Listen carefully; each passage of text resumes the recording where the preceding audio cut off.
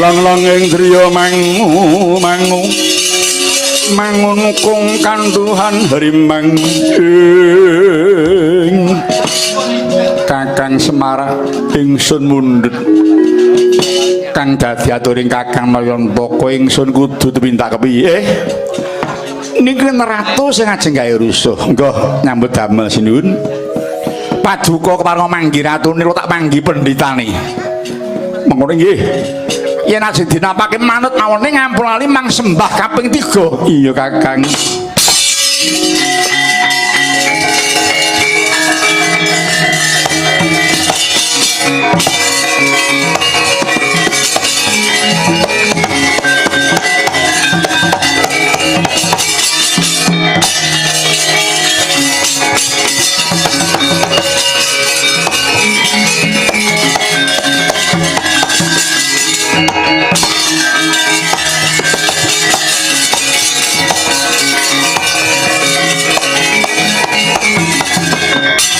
Kadangmu padha warantena becik mesok amendemo baris iki sapa kula Prabu Puntadewa weh ladalah iki sak goleki aduh kemenika sinten ingsun Ratu Midher Putihan Prabu Kalimantara mengwigatos ingkang pundi pajutateng pun Puntadewa tak jaluk patimu monggo kula aturaken Sang Prabu kepareng enggal mejaipun Puntadewa kelakon tak tiga semur damuhe Puntadewa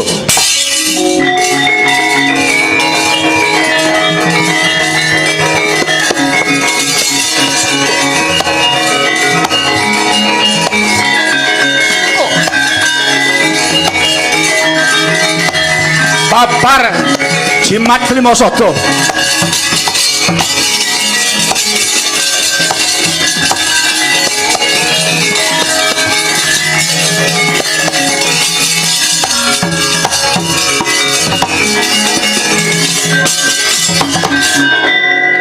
sinuwun apa Kakang napa niku jimat kelima sodo ratu bakal mateni aku ndak sembah kok banjur ilang wujuding ratu babar kelima sodo nggih niku pun kena kanggo titikan yen pun lahir batin anggen sampeyan ngugemi dhateng surasaning jimat kelima sodo mila sinuwun yen lali den elingno hampur ngantos paduka cilik nyantengke gedhe ninggalke kelima sodo mangke mindak ageng walatipun sinuwun iya Kakang Semar kang dibalik lima sodo iki bisa njalari tentreming praja Ngamarta inggih Gusti ngijabahi Gus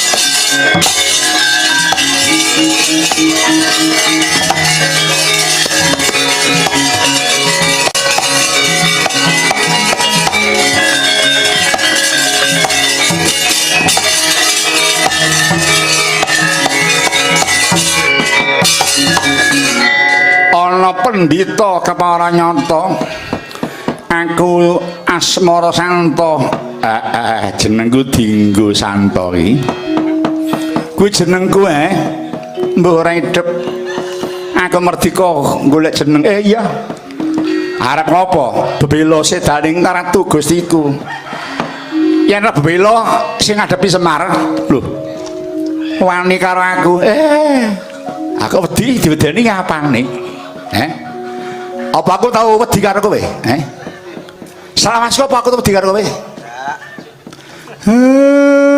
banget karo aku pekayamu gede terus arep nyepelekke aku kapan aku wedi karo kowe kapan aku jirih tok tantang sewanci-wanci aku mesti ngadepi ayo mrene yo mripatku tok tutupi garing batin kok aja diapusi kowe bojoku kanasten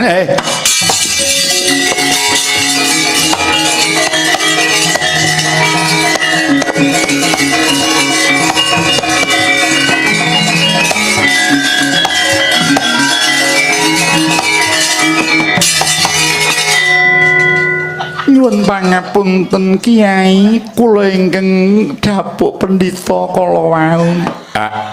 Kanastren. Lunga kok gak pamit kowe nduk Cahayu. Wis ninggalke aku wae. Kowe nyang ndi Kula ngawat-awati Cimat Klimasada ingin ngoncat saking negari Ngamarta. Ngantos dados ratu menika ngendhapuk pukulun Bathara Guru. Oh. Sing ndhapuk Manik Maya to? Inggih. Iya. Iki wis bali ana astane Sang Prabu Dewa. Kula nderek bingah labet pendho sampun emut dhateng sora sing Cimat Klimasada Kiai. Sampun manjenipun kula kedah wangsul momong dhateng para Pandhawa sak Barat Agung negari Ngamarta. Ya, syukur bagi sewu. Kewajibanmu momong marang Trah Witaradya lan kabeh warga agung Praja Ngamarta. Ayo padha disuwun muga-muga wahyu Pancadarma kang mesti nampa dening Pandhawa mau bisa lestari manunggal marang para Pandhawa lan uga dadi dasar landhasane urip ing Madyapada iki ya kanastren. Kula nderek ngestreni Kiai. Ayo ingkang manjing marang paperman kula dherekaken Kiai.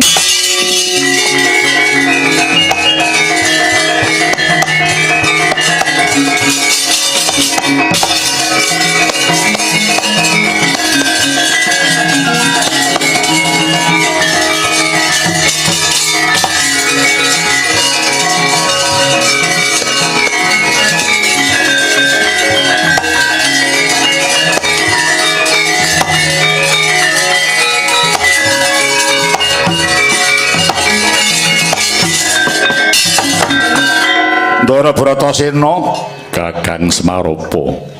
Lega manah kula lan bingah raos kula labet kula sampun kasembadan ngaturaken wahyu Pancadarma dhumateng Gusti kula Pandhawa. Kanthi pepenget mugi ampun ngantos dilalekke melih surasaning Klimasada kala wau sapet menapa kanthi mawi Pancadarma kala wau yektos dados srana sugeng ingkang mulya, sugeng ingkang tentrem tan manggih widos tunggal menapa ning kok wangsulipun menawi ngantos ngoncati dhateng Pancadarma boten badhe rukun ing slaminipun.